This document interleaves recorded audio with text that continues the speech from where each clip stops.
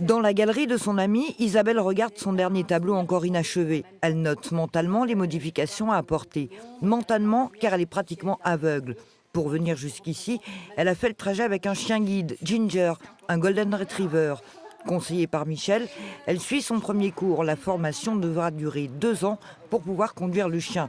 Car avant d'avoir le sien, elle doit apprendre les rudiments de la conduite, les ordres et les mouvements.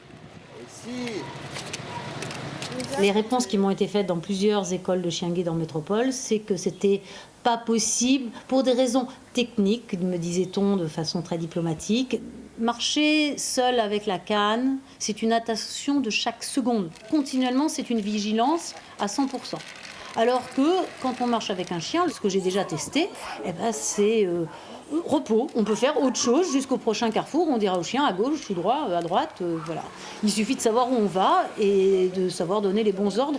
C'est quand même un grand confort. Pour avoir un chien à La Réunion, c'est un peu le parcours du combattant.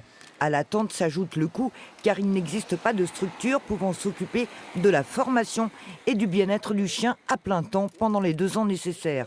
En métropole, le coût d'un chien s'élève environ à 20 000 €. Ici, c'est Michel qui lui apporte le soutien logistique avec son association. L'idée, c'est qu'on ait fini la formation d'Isabelle.